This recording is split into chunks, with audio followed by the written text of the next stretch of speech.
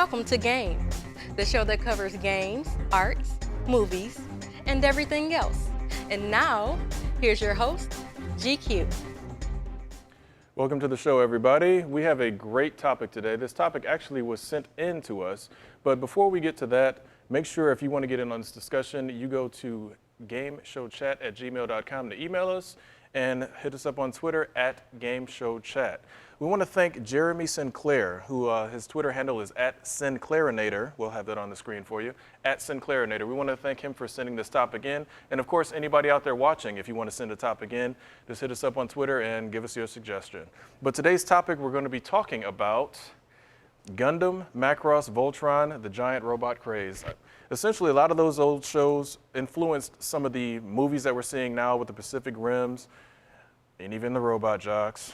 But, let's just talk about it. We're going to have my friend Waffles, and brand new to the show, first show, flagship show for this man, Kenshiro. Oh, what's up, fellas? How you doing? What's going on? Glad to have you. Gentlemen, game on. Let's get into this. You know, I have to say, I have to interject, you finally have a Stephen A. Smith on this show. Because especially sitting across from this man, he is way too quiet. Oh, okay. Well, way too quiet. There you go. Look at that. Trying to have a rivalry already. All That's right. all right, though. Go right ahead, gentlemen. Game on. All right, what's up? I already gave the topic, Well, so, let's get to it. I was going to let him go first. Rookie mistake. No, I was going to let him go right first. ahead. I would have to say that Robotech or Macross, to you diehard anime fans, that was the one that the first. I seen Voltron before that, but that was one that really got me into robot anime, because before it was never a cartoon that had a consistent storyline that led on to different episodes. Usually you just had one episode, one plot point. Yeah, it's kind of like a one and done over. format. Like Robotech, it was like the whole season. You just one got hooked and you followed the whole story. Then and then what they had was 3 seasons. When it first came out, It was three different anime that were merged together into one. Yep. However, Macross was the best one out of all of them, because honestly, the other two I kind of just I didn't care about them.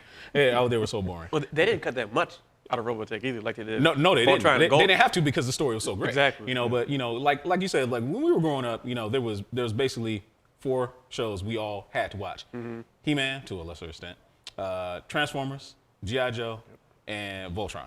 Yeah. Voltron to me had, the stronger tie, because, you had the big robot, you had these awesome adventures, cutting people down, cutting people in half, Sven getting knocked off in the first 4 episodes, within the first 4 episodes. Who would ever seen that? And you had, and the other tie for Voltron for me that actually got me interested in watching Voltron, because of course Voltron was a lot of people's first introduction into anime. Right. They didn't know it was anime at the Right. time, but it was anime. Right. But for me, what got me into Voltron was Peter Cullen.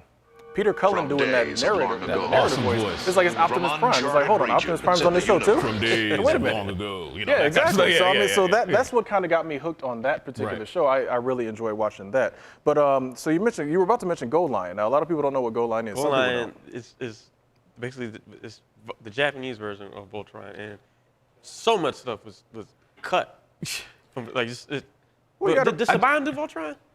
Does what? What did Saban do? Did they bring out Voltron over here? It was no, it was World Events Productions. Yeah, I mean, it's just so much of the characters and everything was just I cut out. have to say that it is quite the twisted show. Yeah, it's quite the twisted show. Go live. It would take like 3 episodes to show how much I mean, it just didn't make they any cut out. sense. That show was so crazy. That show was so crazy. But as far as let's get back to the main topic, basically, the influence you could say it had on American culture, I'd say is probably minimal. It's been. Yeah, we've had a Robot Jocks failure, unfortunately. We've had, Real Steel. Yeah, it was pretty good, but it really wasn't the same thing. Everybody was looking at Pacific Rim as being, okay, finally, we're having the big robots, we're having the big monsters, humanity against these giant monsters, and it was kind of a letdown. I mean, for the effects standpoint, it was really good.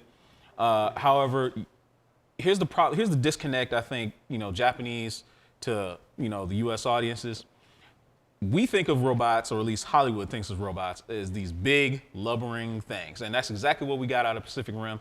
Every time you go, they're like, boom, boom, and stuff like that. When you see, when you see Gundam, when you see Voltron, they're fluid, they're moving fast, you know, and that's kind of the suspense of disbelief that we have, you know, when we're watching those movies. We definitely need to have that over here. You know, I've heard talk about, oh, they're trying to do a Robotech movie, which I hope they do, I really do.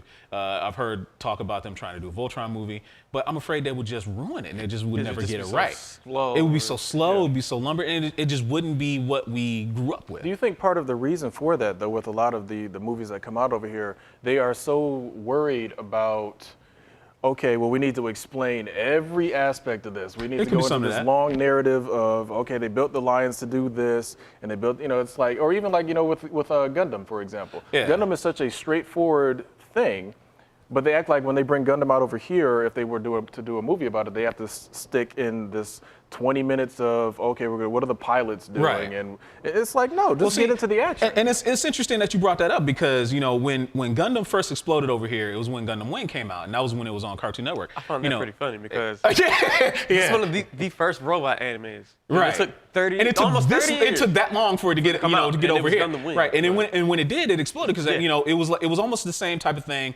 where it was like, you know, Voltron, it was like Robotech. We had never really seen anything like that. You had these Bishonen, you know, pretty boys, 5 pilots. All of them were like, Hero was crazy. He was nuts. He was nuts.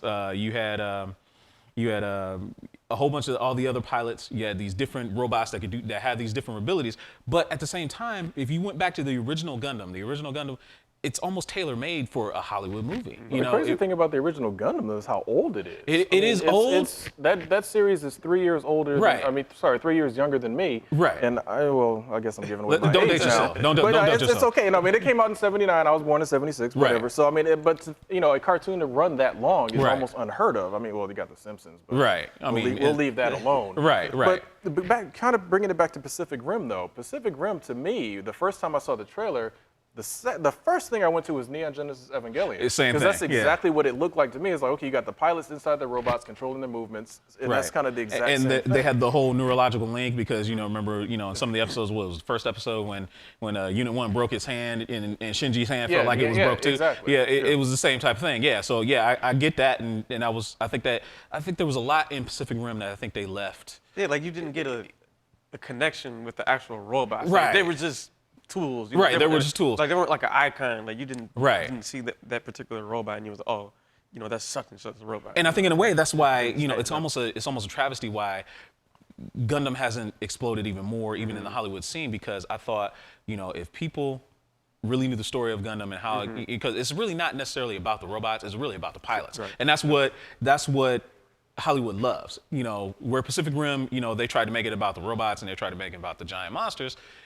It should be about the people, because at the end of the day, robots are just tools. The robots are just tools. But I think even Pacific Rim, like you said, they did just kind of show them as tools. They did a lot of focus on Gypsy Danger, you know, the main one that they were piloting, the guy from Sons of Anarchy was piloting.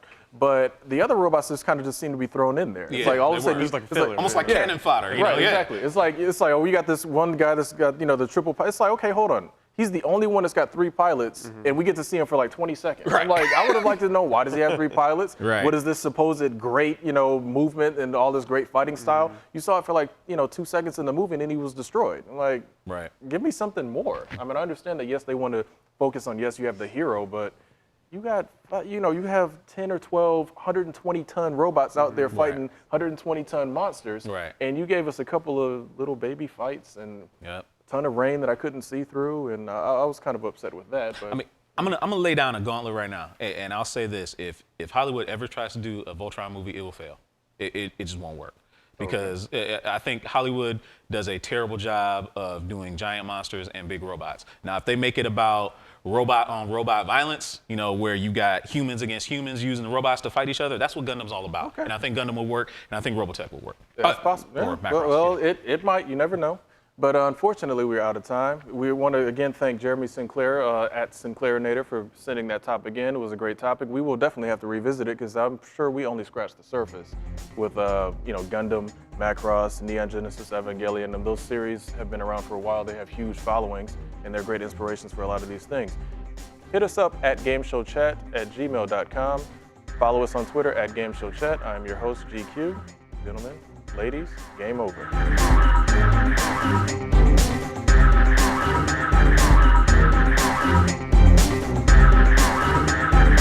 From days of long ago, from uncharted regions of the universe, comes a legend. The legend of Voltron, defender of the universe. A mighty robot, loved by good, feared by evil. Voltron, defenders of the universe. It was nice of you to save Relay, Mr. Skeletor. I am not nice.